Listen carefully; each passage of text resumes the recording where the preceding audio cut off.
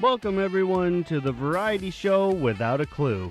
Guests from all over the world come from all walks of life and all careers to come on and tell us about themselves and give us a little bit of their insight. So grab a seat, relax, and listen, because this is the Leo Effects. Hello, ladies and gentlemen. Welcome back to another episode. I am so glad to have you here, and I am also glad and humbled and honored to have my next guest. This is going to be unlike anything I've done on this show before, and unlike anything you've heard on this show before. Likely anything you've heard on any show at all.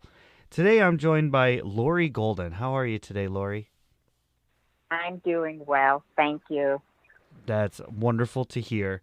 Now, you are on this show for a special purpose. hmm I was told that you have a lot to tell people, and I really would like to help you tell as many people as possible. So we're gonna jump Thank right you. into it here. And first, I want to ask, what is it that you're currently doing?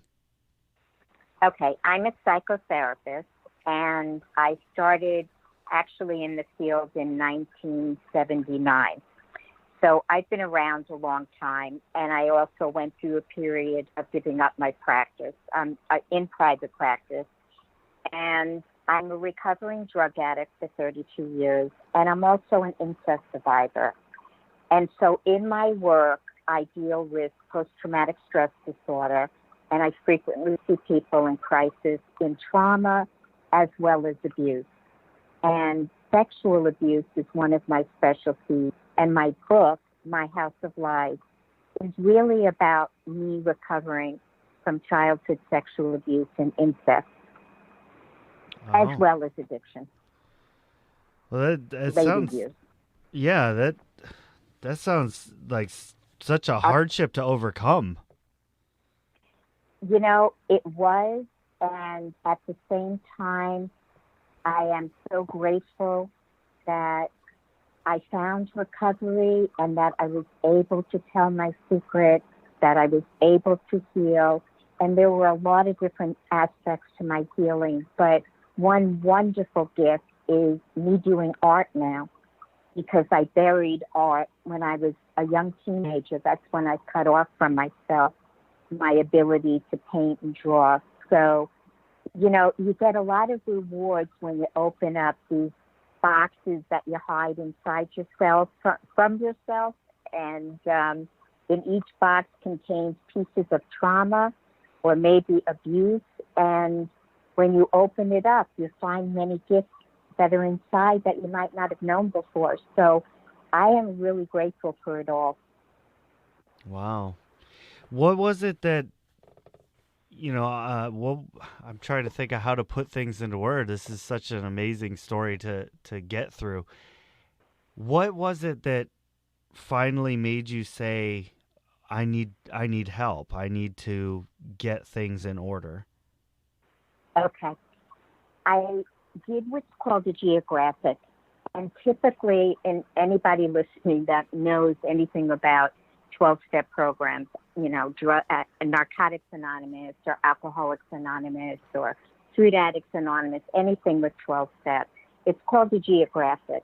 And I was living in New York and I had a full time practice and I was traveling, I was doing scuba diving at the time, and I ran in the New York City Marathon. I did all these things that made me believe that I was really functioning well.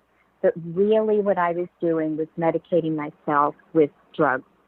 So I was coping and functioning. I was very high functioning, but behind closed doors, I was medicating myself. So I would use sleeping pills and I'd use Valium and assortment of other drugs when I was younger. But I would say sedatives really and painkillers were my thing once like from about 1979 or 1980 on. Then I was 37, 36 when I moved from New York. I made a decision. I thought what was wrong with me was the atmosphere I was living in. That somehow, because I grew up in Merrick, Long Island, I grew up in the cold, but I loved the warm weather. So to make a long story short, I grew up skiing, and I loved skiing, and I grew up boating. We went on boats. I had a very idyllic-looking childhood. See, that's part of the problem, because it looks so good on the outside. And so I moved to San Diego, and it's called the geographic. You know, I thought I had to change my external atmosphere, that somehow if I was closer to the beaches, if I was closer to scuba divers, if I had beautiful weather, then I'd be okay. That's what was wrong. I wasn't really acknowledging internally how I was escalating out of control. And the more I was getting out of control, the more in control I looked. So I would fight, and I would do all these things that looked like I was doing really well. You know, I put on my nice outfits, and I'd go and see my clients. And in that respect, I was functioning well. But what was going on in the meantime that I didn't understand was that there was a deep stirring inside me that was starting to unravel. And it was about coming into contact with sexual abuse. I had amnesia. So I was 36, and I had no memories of being sexually abused. I really thought I had a good childhood. So I grew up around this kind of story that my family portrayed, but it was a lie. That's why my book is called My House of Lies. Okay, because I grew up surrounded by lies, and I really didn't know what to believe, so I believed what was easiest to believe. And children have abilities to dissociate from the pain that they're experiencing through fantasies, through all sorts of means of escape. So when you're in a lying environment and no one's telling you, I'm hitting you over the head with a hammer, and that lump that you have, it's really painful, and you feel the big bump, but nobody's holding the hammer. So you kind of grow up in this craziness. And I really didn't know what to believe, so I medicated myself when I got older in my later teens with drugs and alcohol and men and all sorts of things. Food, you name it, I did it. And so by the time I got to San Diego, nothing was getting better. Oh. I got into a practice again, and it all looked good. I started going on diving trips with, scuba diving people. And I started building this kind of community for myself here. And while I was doing that, my terror was increasing at night. So I was shoving down more sleeping pills. I was quieting my anxiety during the day with more Valium. And I read the book. It's called Dancing as Fast as You Can, and it was about a woman addicted to Valium. And it took me the whole year to actually realize, really, maybe I have a problem. And denial is phenomenal. I mean, you can be very intelligent and be very stupid at the same time. I mean, denial is like ignorance, about oneself. And so I ended up sitting on the bathroom floor, throwing Valium into the toilet bowl, throwing my sleeping pills away, sobbing hysterically. And I was so fortunate because the woman who rented the apartment to me was the manager, and she was an Alcoholics Anonymous. And I knew I had to change my life, and I just knew she had some answers for me. And I don't even know what, I guess my deeper self I was listening to, and I was realizing that if I don't change this, I don't want to live. I can't keep going the way I was going. Everything kind of caved in at that moment. And I realized I was really living a lie, a tremendous lie, and I didn't know what that lie was. I just knew I was living a lie. And she took me to my first meeting. I rang her doorbell. I slept on her couch. And I went to my first Narcotics Anonymous meeting. And I said, hello, I'm Lori. I'm an addict. And when I said that, it was like a seismic reaction inside me. There was this sense of, wow, this is the first time I'm telling the truth in years and years. So from there, I started remembering being sexually abused because I wasn't medicating myself anymore. Yeah. So that really is the long and short of it. Wow. That's just powerful. And the fact that it was very fortunate that your neighbor, or I don't know if you want to call her neighbor, but the neighbor manager, it was very fortunate that tragic as well that she had to be in something like that, but fortunate for you, because otherwise things never would have went the way they did, I don't think, right? I don't think so myself. Right. It was like the timing. I realized in these past 32 years of my recovery that timing that's meant to happen is going to happen. You can't fight against it. It's going to happen if it's supposed to happen. Exactly. And that's true. That's true in everything in my life. When I don't push against anything and I just allow it to be whatever it is, it works out. I'm led to where I need to be. It's when I'm not listening that I'm not hearing. Right. And I was listening. I was on my floor listening, Yeah. So what advice would you give to somebody that's, maybe listening to the show right now and they're not as fortunate and perhaps maybe this is their time? What advice would you give them? How should they start looking inside themselves? If this is a time for anyone who's listening, there's a couple of things. One is there are many 12-step programs if you have addictions, if you're having a problem with alcohol, drugs, eating disorders, it doesn't matter what. There are 12-step programs throughout the world that really deal with addiction. And if you think you might have been sexually abused, and a lot of times people have trouble with this because especially when you're a child being abused, you think you're making it up. So it takes a lot. Usually people doubt themselves when they say, I think I was touched or I think something happened, but they're kind of confused about it. Mm-hmm. I would say if people wanted to reach out and call me directly, I am more than welcome to talk to somebody. I can give you my number afterwards, or I can give it to you now, depending on if you want it. Is that something I can do right now with you on the phone? If you would like to give out your number, that's absolutely fine. I usually reserve a little bit of time at the end for you to do that if you'd like to do it then. I'm also going to put links for anybody that's listening. I'm going to put links to Lori's book and how to contact her and social media and everything. I'm going to have that all posted up. So if you are experiencing... Not a problem. Yeah, and if anybody out there is experiencing any of these feelings or thoughts or anything like that, reach out to someone. Don't bottle it up. Don't hold it in. No, and the thing that I want to say is, how does somebody start to deal with this? The first step is telling. And healing can't begin until you tell. And telling isn't just, it's revealing the secret that you're holding inside yourself.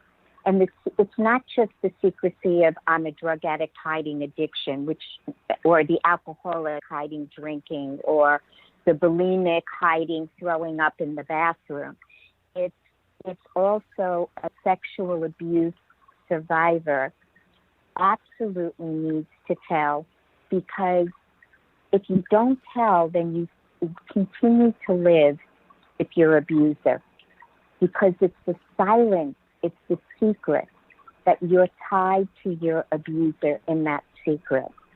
And recovery is painful and hard, but without it, you live in its effects, whether you think you do or not. And I used to think that, the effects of my sexual abuse and addiction was my DNA. I thought, okay, this is just my makeup. This is who I am. Instead of, no, I was the person in hiding deep down inside myself, and everything else were the symptoms and the effects of abuse. And sexual abuse has long tentacles, and know that people will say, but it's in my past. Why do I have to deal with it? I don't want to bring it up because it's so painful. Right. And I say to them, you're living it in the present, because who you are is a combination of what you've learned in your life. So if you're a child coping with sexual abuse, those coping skills you're still using as your adult, in your adult behavior. And so you think it's in the past, but it's not, because the fears that live inside you never go away. They may come out in all different kinds of ways, but they're there. So it's not in the past, it's alive in the present. And, people need to tell their story. That to me is the greatest aspect of healing, is coming out and telling your story, because you get to heal from shame, you get to face the fears of telling on yourself and exposing who you are. And that to me is the beauty of program. It's healing in the, it's coming out of secrecy, and it's exposing yourself. There's tremendous healing in that. And don't get me wrong, it's scary, but it's healing at the same time. As somebody who's actually done it, like you are firsthand knowledge of this. So, if anybody, if anybody's listening to, and wondering and thinking about it, I mean, you're the woman to talk to. You've done it, and you know what you're talking about. So yeah, I really have done it, and I really know what it's like to be that person needing to reach out. Yeah. I really do. Well, it's scary, and I know that it is. We've talked a little bit about your book, and we've talked about the scariness and the darker side of things. So what if we change to what happens after? So you've done your meeting, and you've let it out. You've gotten that weight off of your shoulders, and you're kind of liberated almost at this point. Obviously, there's still a long road ahead, but what changed for the better after that? Okay. I remember when I first got into NA, Narcotics Anonymous, the one thing that I used to say is, I wish I could have peace inside myself. And I didn't really understand what that meant, but I felt like my insides were like living in a war zone. I picked myself apart. I doubted myself. I mistrusted, my actions. I wasn't trusting myself. I didn't know how to trust myself. Right. And it's awful. It's awful not to trust yourself. And one of the best gifts I've got is I know who I am. It's like such a relief after years of living in this kind of secrecy, not just with the outside world, but from myself as well. Living in a bunch of lies, it's impossible to know who you are, and it's impossible to feel good about anything. And I've learned to feel grateful. I've learned to meditate. I've learned to be quiet and to listen. The gifts that I've gotten are about feeling my own strength and feeling that I don't have to fight with myself, that I can let go and just give in and not have to question everything I do. That to me means more than anything else that I've ever achieved in my life. Wow. And the other thing that I feel like that's so exciting is that I got in touch with art, and I love painting and drawing. And I gave that up as a child. I mean, literally at 13 years old. Wow. And in my book, I have a number of examples of my art that I've done in my recovery as I was trying to get to know myself. Okay. So listen, you know, there's nothing better than that. There's nothing that, and then I adopted a child, and I had several miscarriages. And what I've learned is that every loss that I have gone through, I have gotten such rewards from walking through the loss and not running from it. Right. You know, Yeah. I got a wonderful child that I wouldn't have had if I didn't miscarry. So every loss that I've gone through in my life, and including the loss of innocence as a child, I mean, that was the biggest loss that I think I went through. The most profound loss is the loss of my childhood in certain ways, and the loss of myself loving art and never doing it. Wow. So this is it's exciting stuff. It's to me it's an inside excitement. Yeah. I mean, that's great though. You've been able to get rekindled with your expressive side, and that's amazing. There's absolutely nothing greater than that, you know, as someone who can appreciate art or someone who can do art. I mean, we all have the capacity to do art. Don't let anybody tell you otherwise. That's great. That's so great that you're able to express it like that, and everything that you've overcome. I mean, I want to really delve into talking about your book, but I don't want you to give away any spoilers or anything, you know. There's nothing in there that I pretty much have it. I mean, the bottom line is it really is growing up in my childhood and really, as an adult, suddenly having memories and flashbacks and having to really look at all these pieces of myself that I lost along the way. Mm-hmm. And that must have been kind of surreal too. You know, it's like when you smell a certain scent or see a certain color and it suddenly comes back. Like, that must have been so intense. It really was. It was like I'd be sitting in my living room at 37 years old, and the breeze might be blowing my curtain. You know, the curtain was kind of like just going in the breeze. And I'd look up at the curtain, and suddenly, literally, it was like time travel. I was that 8-year-old in my bedroom looking at the curtain.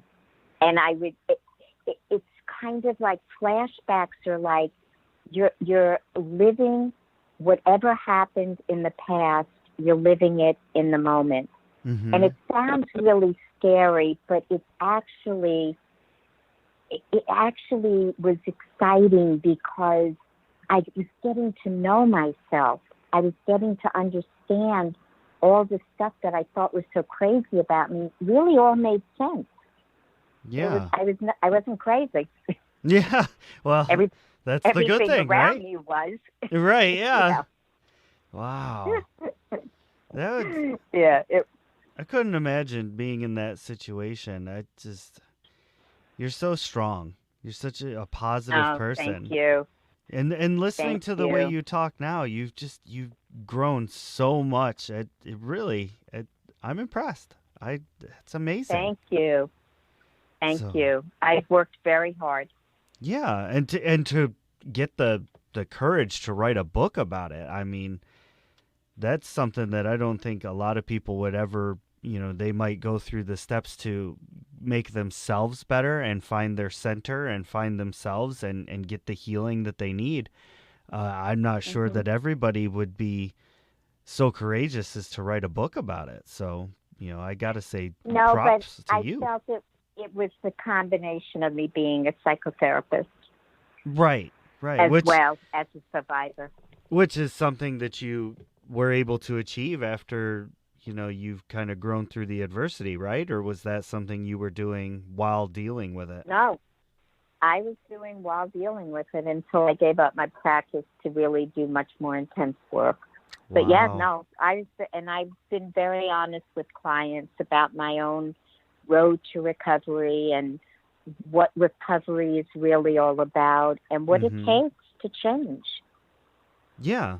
You Well, know? I'm not gonna sit here and pretend that it's the same thing. However, I'm gonna throw out a little analogy here that if you are overweight and you go to the gym and you get a trainer, and this trainer has been in the perfect shape of their entire lives, their whole lives, and they're sitting here telling you how to do it and what's not working for you and what is, you're not really going to take them as seriously, I don't think. But if you got a trainer who was 300, 400, 500 pounds and has worked so hard to get where they are, you're going to take them more seriously. And I feel like that's the same kind of situation with you. You could go to a psychotherapist, and if they've had the perfect life, you can't relate to that person. But someone like you is very relatable. You're a human being. You're not just someone who's going to analyze the problem. Right, right. I very much am a part of my experience with people. I'm Yeah. very much a part of it. And it's Yeah. it's And great I that you're I love upfront it. with people about it. Yeah. That's the big deal. That I've always been. And because, it's not school that makes you understand people, it's life that makes Mhm. you understand. It's your own traumas and adversities that really make you understand what it means to be human and the commonality in all of us. Right. Yeah. That's so amazing. So crazy. I Thank, can't sing your thank praises you. enough. That's Thank you. Thank you.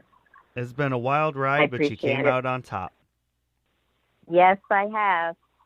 And I would tell anybody take the ride because there's nothing better than finding out who you really are and what you love and what you're supposed to do in life. Nothing Exactly. bad about that. Not at all. And sometimes it's going to get bumpy, but by the end of the Yep, trip, it's been fun the whole time. yep. It's So, okay. It's doable. yeah. Yeah, I mean there's nothing that people can't overcome if they really put their minds to it. I don't doubt that at all. I think everybody has the capacity to overcome Yes, anything. yes. And the problem is that we put negative messages in our belief that, well, someone else could do that and I can't, and I'm not good enough, and I'm inadequate, and I'm this and I'm that. Mhm. And the truth is, when you are heartfelt in something, when you really embrace something in your life, there's change. Change happens. It does. That such is Yeah, no, life. it does. Yeah. Yeah. Yep. With the last few minutes here, we kind of talked about it Hmm. before. So with the last few minutes here, I would like, if you would like to anyway, to go through and just kind of, you can hand out your phone number, your social medias, where people can go to find your book. And like I said, I'm going to post the links to the stuff too. But I want you to be able to get it out there yourself in your own words. Yeah, what I really, you know, I look, I'm 69, so social media is a whole new ball game for me. Okay, So that's fine. I say to people, I'm out there, but I say to people, easiest way to contact me is the good old phone or email or going onto my website. And really, my phone number is 858-215-2326. That's 858-215-2326. And really, that's my website is lauriegoldenauthor.com. And my Gmail is lauriegoldenauthor@gmail.com. Simple. Simple, simple. You can't And you can't get it can wrong if you order keep it my book. simple. Right. You can order my book on Amazon. or you can get it from my website. Beautiful. And if anybody out there is having thoughts of suicide or is unsure of how you might feel, there's always help available 24 hours a day, every day at 1-800-273-8255. Please do not hesitate to call that number if you need to. And, Absolutely. Closing things up, I just want to say thank you so much, Lori, for coming on the show. Oh, you're so welcome. It's been amazing. You really are a strong individual, and I just have an admiration for you after talking to you. You're amazing. Thank you so much. And I'm really glad that you had the courage to put this kind of a show on, because this isn't an easy topic. It is. And, I'm not doing it for any reason other than to try and help somebody. If I could help just one other person out through this show, I've done my job. Yep. And that's I all really I'm out to do. That. That's perfect. Again, I just want to say thank you one last time, and thank you to all the listeners out there who tuned in and are giving this a listen. Make sure to go and check out that book. Make sure to follow and like on any social medias that you might stumble across with Lori Golden here. And thank you, and we will see you next time. Thank you. Hey everyone, this is Ray. Thank you for listening. It's because of listeners like you that I'm able to keep this show going. For more of my shenanigans, check out Realm of the Mist Entertainment, where I'm co-host to Breaking the Fourth Wall, War of the Stars, a Star Wars podcast, Lemmy Stormkiller on Four Corners of Hell, and finally, The Chronicler on Chronicles of the Lost Realm. You can also find me at Shattered Dungeons on YouTube, playing an awesome game called Shattered Dawn. For contact information or to be on the show, check out theleoeffects.wixsite.com/podcast today.